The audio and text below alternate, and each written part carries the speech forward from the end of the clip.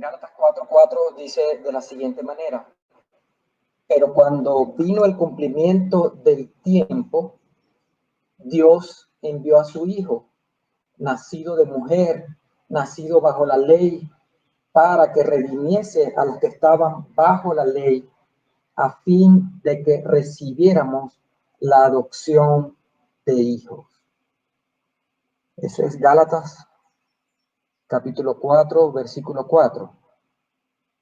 El domingo pasado nosotros estuvimos conversando sobre lo que sucedía en la eternidad pasada y nos hacíamos algunas preguntas. Por ejemplo, ¿qué hacía Dios en la eternidad pasada? Antes de la fundación del mundo, ¿qué cosas estaba haciendo? Y no podemos saber exactamente todas las cosas que el Señor estaba haciendo en la eternidad pasada. Pero en la palabra de Dios encontramos algunas referencias claras sobre lo que Dios Padre, Dios Hijo y Dios Espíritu Santo estaban haciendo en la eternidad pasada. Y estuvimos observando que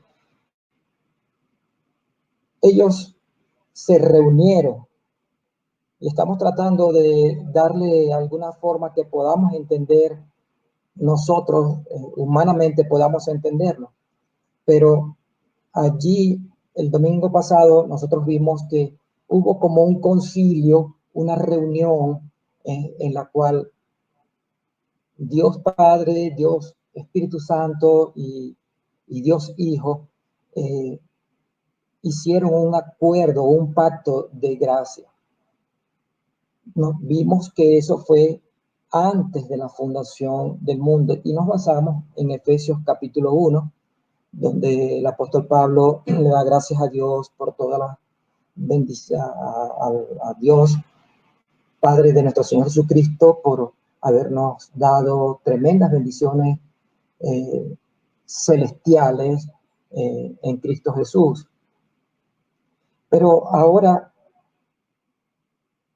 yo quisiera que observáramos un poco más de cerca en qué consistió ese pacto. Ese pacto de gracia, ese pacto de redención, ¿en qué consistió? Yo estoy usando como de apoyo, una predicación del hermano Charles Spurgeon en los años 1800 y tanto. Y voy a tomar la estructura que él le dio a esa predicación y voy a tomar algunas otras cosas que les voy a mencionar más adelante. Pero yo quiero preguntarles a ustedes, hermanos, creo que ya la mayoría de nosotros en algún momento nos ha tocado firmar algún tipo de convenio, algún tipo de contrato. Y estoy absolutamente seguro que usted no fue a la notaría a firmar sin saber lo que estaba escrito en ese contrato, sin saber si usted estaba siendo perjudicado o si estaba siendo beneficiado, quiénes eran los autorizados para firmar.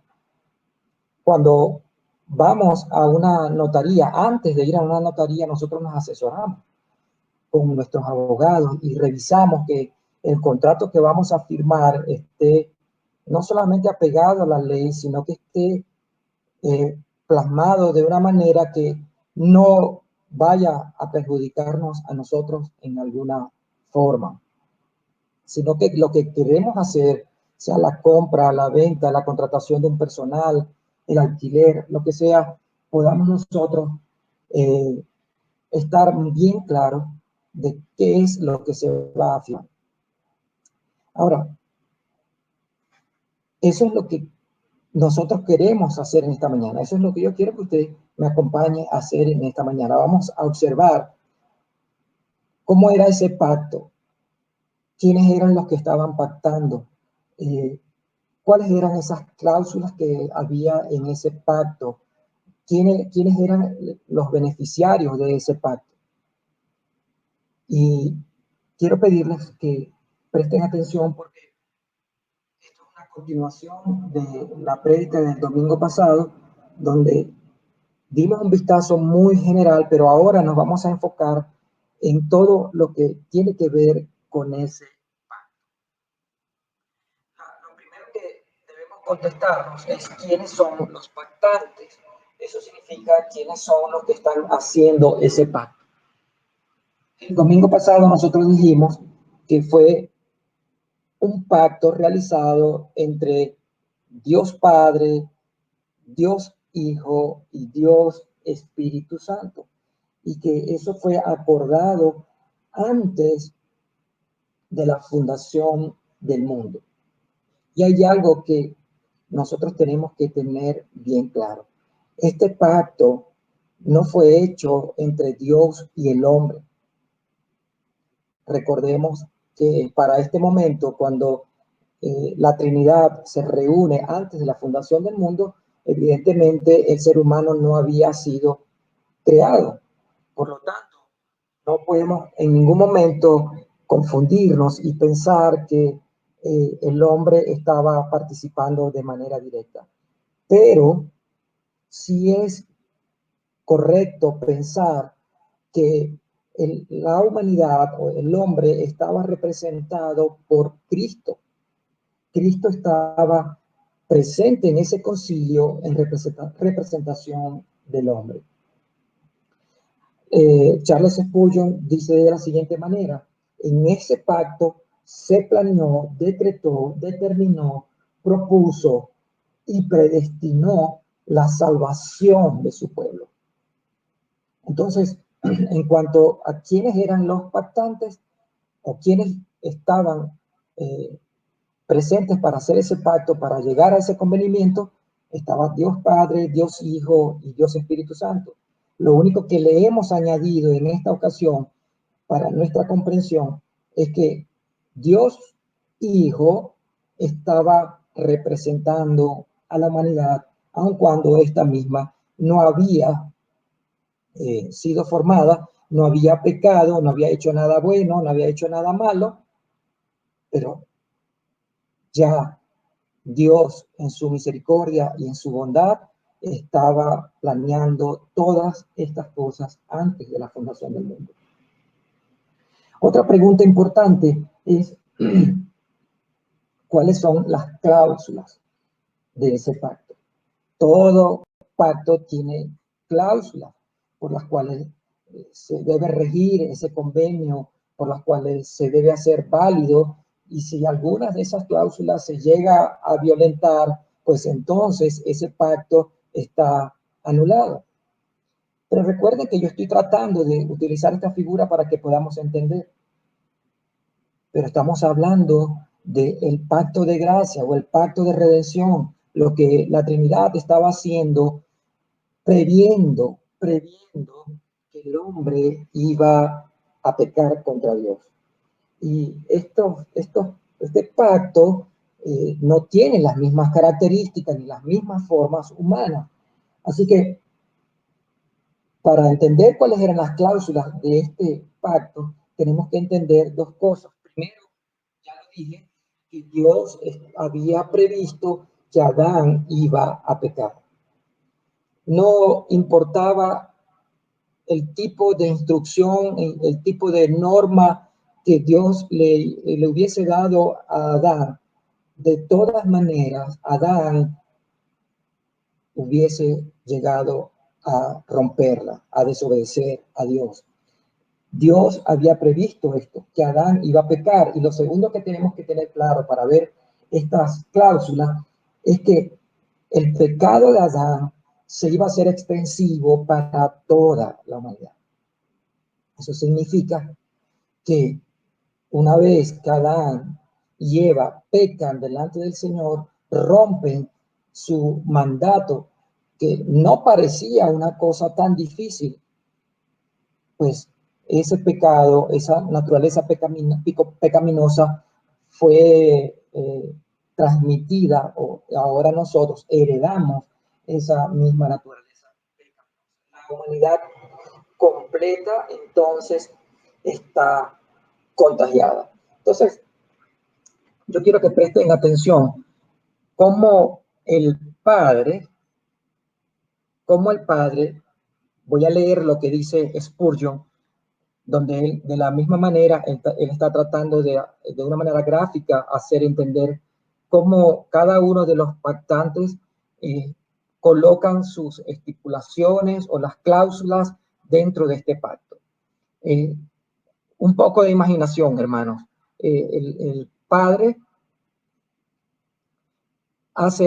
lo dice de la siguiente manera: yo, Yahvé Altísimo, por este intermedio doy a mi Hijo unigénito, Hijo amado, un pueblo más numeroso que las estrellas, que por él y a través de él serán limpios de su pecado, a través de él preservado, guardado y guiado, y a través de él al final presentado ante mi trono sin mancha, ni arruga, ni cosa semejante. Declaro bajo un juramento, está hablando el Padre, y juro por mí mismo, porque no puedo jurar por nadie superior, que aquellos que ahora doy a Cristo serán por siempre objetos de mi amor eterno. Les perdonará por los méritos de la sangre. A estos les daré justicia y rectitud perfecta. A estos adoptaré y los haré hijos e hijas. A través de Cristo reinarán conmigo eternamente. Allí tenemos al Padre. El Padre está colocando las cláusulas que iban a ser válidas para ese pacto. Ahora, perdón, hermano. Observen lo que dice, lo que diría el Espíritu Santo. Asumo el pacto de que a todo aquel que el Padre da al Hijo, yo vivificaré en su momento. Le mostraré su necesidad de ser redimidos. Les quitaré toda esperanza injustificada y destruiré los refugios de sus mentiras. Los llevaré a la sangre rociada. Les daré fe por la cual esta sangre les será aplicada. Obraré en ellos toda gracia. Mantendré viva su fe. Les limpiaré y eliminaré toda depravación y serán presentados sin mancha ni falta en el último día. Eso es lo que el Espíritu Santo dice. Y finalmente, en esta revisión de las cláusulas, veamos cómo Cristo lo declaró y lo pactó con el Padre. Dice de la siguiente manera: Padre mío, el Señor Jesús, diciendo esto, por mi parte, convengo en que llegado el cumplimiento del tiempo, bajaré a la tierra como hombre, asumiré la forma y naturaleza de la raza caída, viviré en su mundo desventurado y por mi pueblo cumpliré la ley a la perfección. Practicaré una justicia sin mancha que será aceptable a las demandas de tu ley justa y santa. Cuando se haya cumplido el tiempo, cargaré con los pecados de todo mi pueblo. Sufriré y por mis llagas serán ellos curados. Padre mío, me comprometo y prometo que seré obediente hasta la muerte y muerte de cruz. Magnificaré tu ley y la haré honorable. Sufriré todo lo que a ellos les correspondía sufrir. Soportaré la maldición de tu ley y toda la copa de tu ira será vaciada sobre mi cabeza. Luego resucitaré y ascenderé al cielo. Intercederé por ellos sentado a tu diestra y me haré responsable por cada uno de ellos. De manera que ni uno de los que me diste se perderá jamás, sino que traeré a todas mis ovejas que por mi sangre me has hecho su pastor. Te traeré a todos a salvo en el último día. Hermanos, no tenemos una copia de este pacto, pero sí podemos, por lo que encontramos en la palabra de Dios, ver lo que el Padre hizo, ver lo que el Espíritu Santo hizo y ver lo que el Hijo hizo. Ustedes recuerdan que el domingo pasado citamos al hermano Martin Lloyd-Jones y él dice, el Padre escogió, el Hijo, eh, el Espíritu Santo lo aplicó y el Hijo lo ejecutó, lo puso en práctica. Entonces, es hermoso poder observar este pacto, cada uno de los miembros de la Trinidad comprometiéndose, el Padre con el Hijo con el Padre y el Espíritu Santo comprometiéndose con el Padre y con el Hijo, a fin de que los que habían de ser salvados, los que habían sido escogidos por el Padre, entonces pudiesen llegar a tener esa gracia que no merecíamos. Ahora, en este momento, ni el Padre, ni el Hijo, ni el Espíritu Santo han dejado de hacer lo que les corresponde. En cuanto al Hijo, recuerde que el Hijo de Dios, cuando murió en la cruz por nuestros pecados, él dijo, consumado es. Esa porción de las cláusulas que estaban estipuladas por el Padre, él las cumplió. Pero él sigue cumpliendo su compromiso cuando sigue intercediendo por nosotros. El Padre sigue haciendo su parte. El Padre sigue perdonando, el Padre sigue restaurando, el Padre sigue aceptando a aquellos que el Espíritu Santo continúa convenciendo de pecado, colocando arrepentimiento y fe. Así que las tres partes de esta Trinidad, los tres pactantes, están cumpliendo todavía este pacto. Y eso debe producirnos gozo y podemos decirle al Señor, gloria a tu nombre por este pacto tan maravilloso que nos permite conocer a través de tu palabra en la cual nosotros somos partícipes. Hemos hablado sobre quiénes eran los pactantes. Ya hablamos que era la Trinidad. Acabamos de terminar el punto de cuáles eran las cláusulas de este pacto, pero vamos a una nueva parte. ¿Quiénes eran los beneficiarios de este pacto? Para que pueda ser un poco más entendible, podemos hacer otra pregunta. ¿Acaso todos los descendientes de Adán, acaso toda la humanidad fue beneficiaria de este pacto? Pues debemos decir que no. Debemos decir que no. No toda la humanidad está incluida en este pacto. Y quiero pedirle que preste atención a lo que vamos a decir. Hay algunas cosas que quizás para algunos pueda parecer nuevo o pueda parecer odioso. Hay algunas doctrinas que parecen muy duras y en ocasiones producen molestia en las personas que las escuchan. Pero la pregunta es, ¿quiénes eran los beneficiarios o quiénes son los beneficiarios de este pacto? Y yo lo voy a responder de la misma manera como Spurgeon lo respondió. Él dijo, el pacto de gracia está relacionado con los elegidos por el Padre. Voy a repetir, el pacto de gracia está relacionado con los elegidos por el Padre. Y yo le pongo y punto. Hermanos,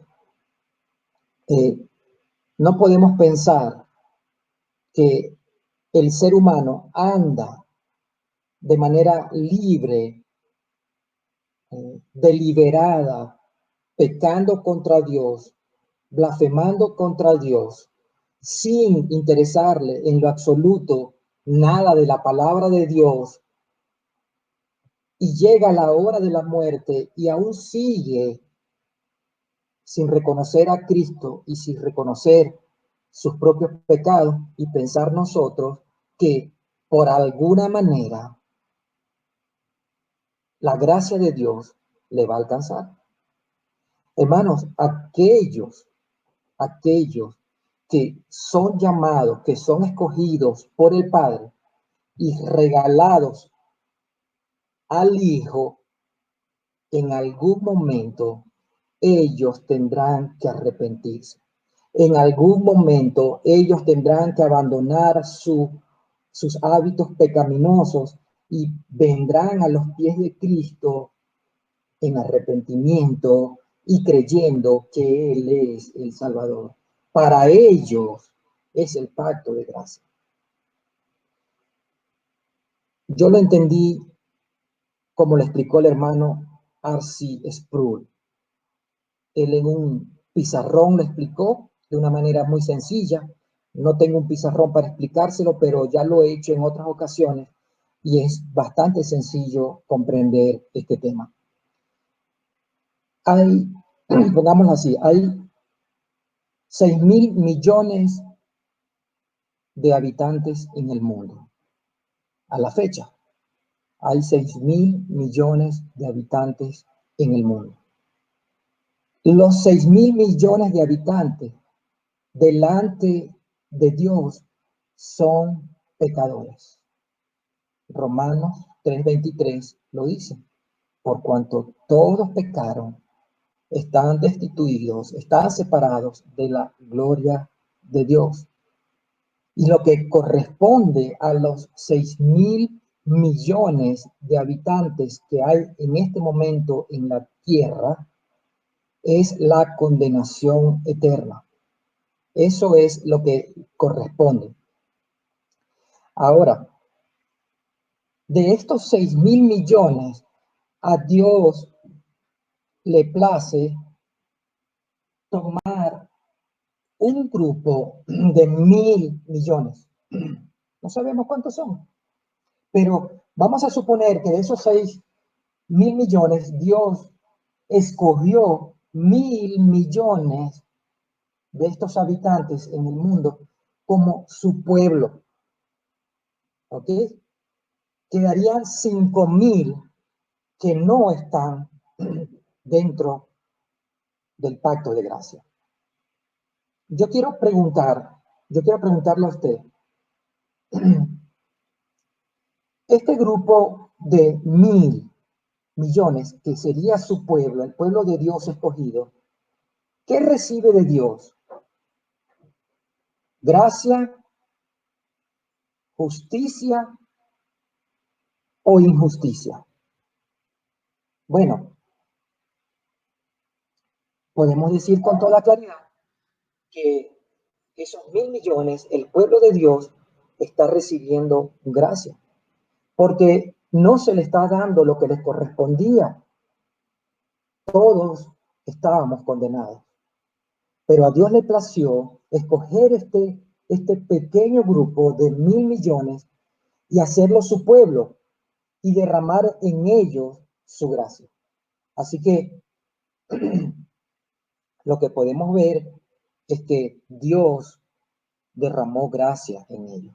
Ahora, pero ¿qué pasa con el otro grupo de 5.000 millones de personas a los cuales Dios no escogió?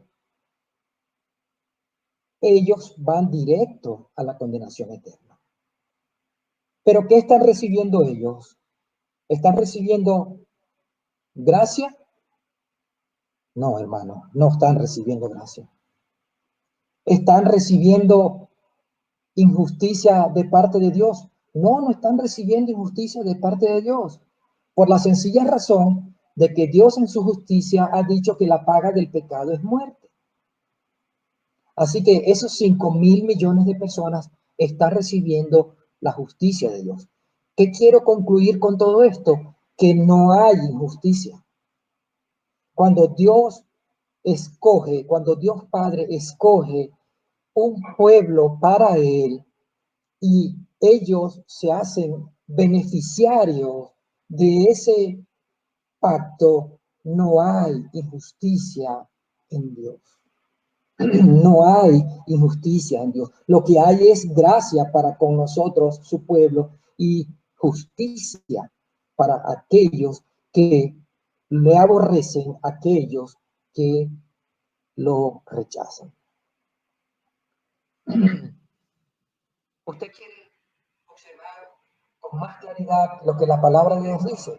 Bueno, usted puede mirar lo que el Señor Jesús dice en la oración intercesora, en el Evangelio según San Juan, capítulo 17, versículo 9. Él dice, yo te ruego, está el Señor Jesús orando al Padre y le dice, yo te ruego por ellos, no te ruego por el mundo, sino por los que me has dado, pues son tuyos.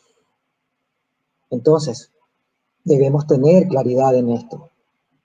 No todos han sido llamados y escogidos para salvación, pero también tenemos que tomar en cuenta lo siguiente, y es que Dios no fue influenciado de ninguna manera por la conducta del hombre para ser escogido. Dios no vio nada bueno ni nada malo en nosotros para ser escogidos.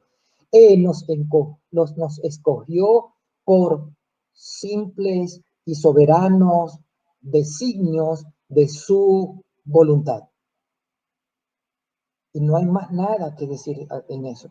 No podemos decirle nosotros al Señor por qué, o cualquier ser humano pararse delante de Dios y decirle por qué me hiciste esto, o por qué no me hiciste de la otra manera. Dios determinó desde antes de la fundación del mundo quienes iban a conformar su pueblo. Ahora, tú puedes estarte preguntando, y sería bueno que te preguntaras eso. ¿Estaré yo dentro de ese grupo de beneficiarios? Es una pregunta muy importante y es una pregunta que tiene mucho, mucho valor y es necesario que tú te la hagas. Bueno, posiblemente haya otras maneras de poder contestarla, pero yo te sugiero una bíblica. Si tú vas a Juan, capítulo 14, tú puedes mirar allí, ver si tú realmente amas la palabra de Dios. Si tú amas la palabra de Dios, si tú guardas la palabra de Dios, si tú obedeces la palabra de Dios, tú eres uno de esos que fue llamado y que fue escogido. Y que por supuesto ya debes haber respondido positivamente al llamado eficaz de salvación.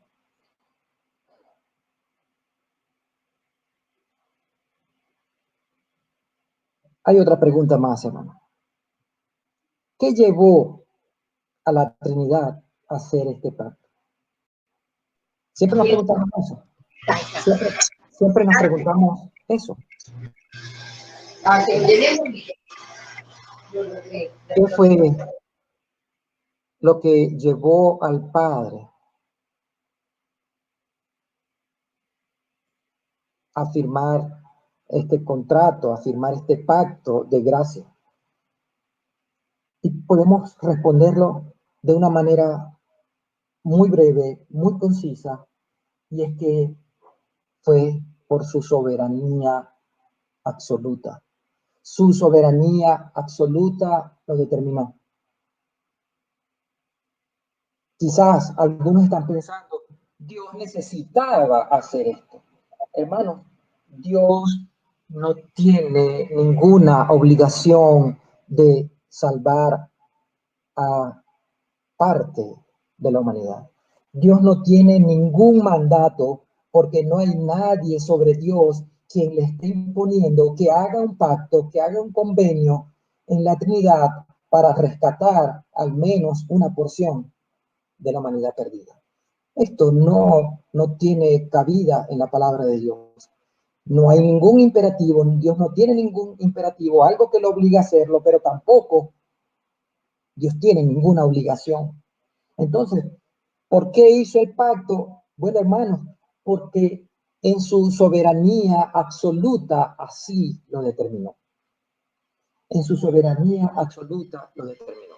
En Romanos capítulo 9, versículo 15, el Señor dice, tendré misericordia del que tendré misericordia y me compadeceré del que me compadeceré. Así pues, por si acaso no queda claro, el apóstol Pablo dice, así pues, no es del que quiere, no es del que corre, sino de Dios que tiene misericordia. Hermano, esto es algo que nace en el corazón de Dios. La razón de por qué Dios hizo este pacto de gracia no lo podemos buscar en otro sitio, sino que tenemos que buscarlo en Dios mismo, en su soberanía, en su amor, en su compasión. Pero también podemos recordar lo que hablamos el domingo pasado. Este pacto Dios lo hizo porque Él quería alabanza. Y todo lo que Dios hace, lo hace para la alabanza y gloria de su nombre. Eso está bien claro en el capítulo 1 de Efesios, que usted puede mirar en su casa. Todo lo que el Padre, Dios Padre hizo fue para alabanza de su gloria. Todo lo que Dios Hijo hizo fue para alabanza de su gloria. Y todo lo que el Espíritu Santo hizo en el plan de la redención fue para alabanza de su gloria. Así que, hermano, todo lo que hemos visto y lo que hemos hablado acerca de este pacto de gracia es abrumador para nosotros. Cuando seguimos conociendo a Dios, cuando seguimos observando y revisando y sumergiéndonos un poco más en las escrituras, entonces vamos siendo abrumados, asombrados con su gracia, con su justicia, con su soberanía y con todo el conjunto de virtudes de nuestro Dios y Salvador. Y no nos queda otra cosa sino elevar nuestra voz en adoración.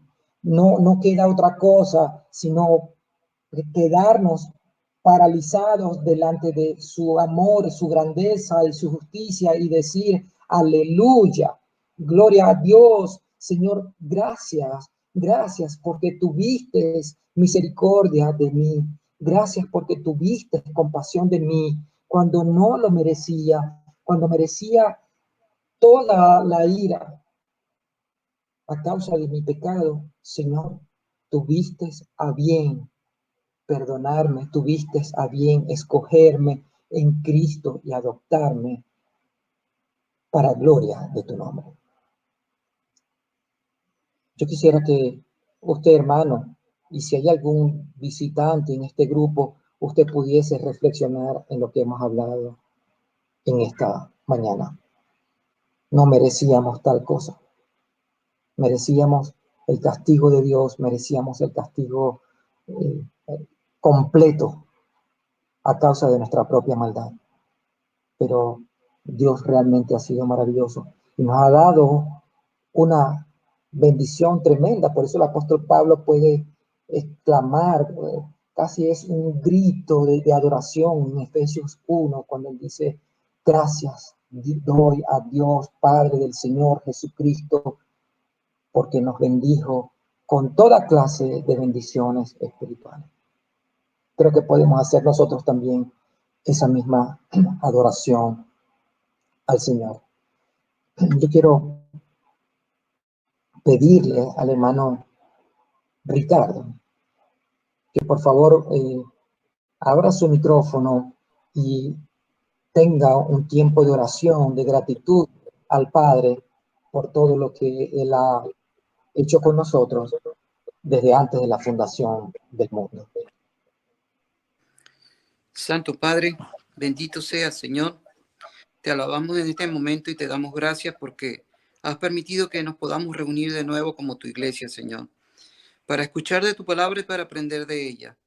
Gracias, Señor, por el sacrificio que hizo nuestro Señor Jesucristo a nuestro favor, por ese pacto que tú, Señor bendito, hiciste antes de la fundación del mundo con nuestro Señor Jesucristo y con el Espíritu Santo. Bendito Dios, gracias por tu gracia, Señor. Gracias por tu misericordia para todos nosotros. Los que somos pecadores, Señor, nos reconocemos pecadores, pero por tu gracia hoy hemos sido salvos porque hemos creído en tu Hijo y hemos aceptado el sacrificio que Él hizo. El justo por los injustos, Señor. La preciosa sangre de tu Hijo fue derramada en aquella cruz para lavar nuestros pecados. Gracias, mi Dios bendito. Te alabamos y te bendecimos en el nombre de tu Hijo amado, nuestro Señor Jesucristo. Te damos gracias, Señor. Amén.